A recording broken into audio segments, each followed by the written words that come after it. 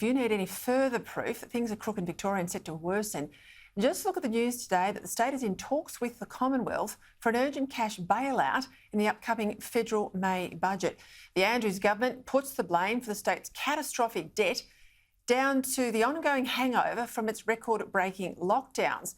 With debt expected to hit $165 billion by 2026, well, the state's credit rating's in jeopardy, not to mention public service cuts to be expected. Joining me now, business columnist for the Herald Sun, Terry McCrann. Well, Terry, welcome. Victoria, do they deserve a bailout and will they get one? Short answer to both questions, Peter, is no and no. And it's an emphatic no on the first one. I'm not quite so sure about the second one. Now, clearly, Jim Chalmers was not going to say, yes, I'll pick up the tab for Victoria's exploding debt. You said it's going to be $165 billion. That's big enough, but it's going to be much worse than that, Peter, because it's not really accommodating all the explosions in build costs we're going to see around, particularly that crazy tunnel running under the suburbs of Melbourne. So there was no way Jim Chalmers was going to say, yes, I'll take the tab for that debt before he gets on a plane to go to Washington to talk to the big guys.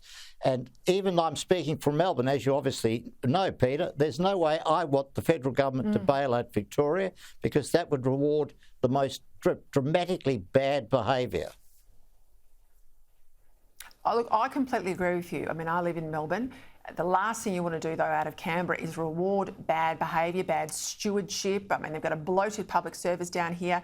We've got those project rail and road projects, the blowing out by years, blowing out by billions. You mentioned all of that. Talk to me about the credit rating. Do you think you'll see a downgrade? Well, not immediately, Peter, but I think that it's very, very likely. I mean, we've already had a significant credit downgrade.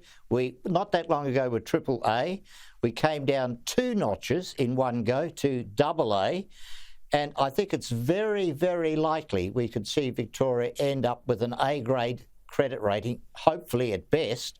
I mean, if the perish the thought it went even lower, sometime in the 2020s, not immediately. If that happened, if Victoria went down to single A, it would be the first time it had happened to an Australian state in our fiscal history.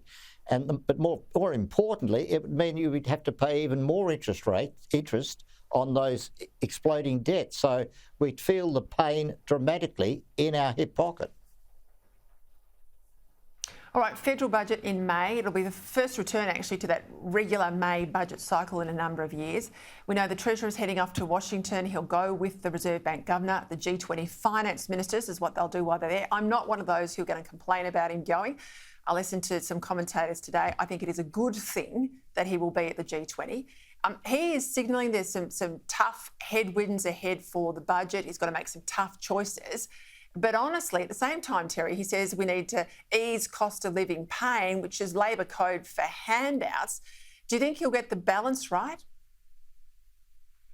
Again, a short answer, Peter, no. There's no way he's going to get the balance right, because the whole thing is riding on a bubble of exploding revenue thanks to the commodities boom. Iron ore, coal and natural gas, which is pouring billions into the country and also billions into the federal budget. That's not going to last forever. And indeed, the federal government wants to kill all those industries in the medium to long term anyway.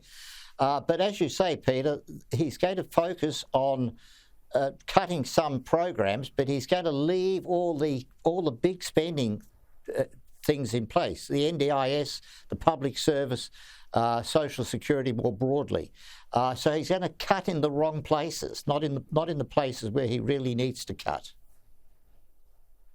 And what about this Mickey Mouse treatment of things off budget? I mean, you and I know that that's just a furphy. Well, exactly, Peter. I mean, it's a fiddle. I don't think that's going to be a big deal this time around, but it's certainly another thing that goes into the mix. We want budget honesty, we want budget transparency, and we actually want a budget that is good for Australia and makes the right decisions.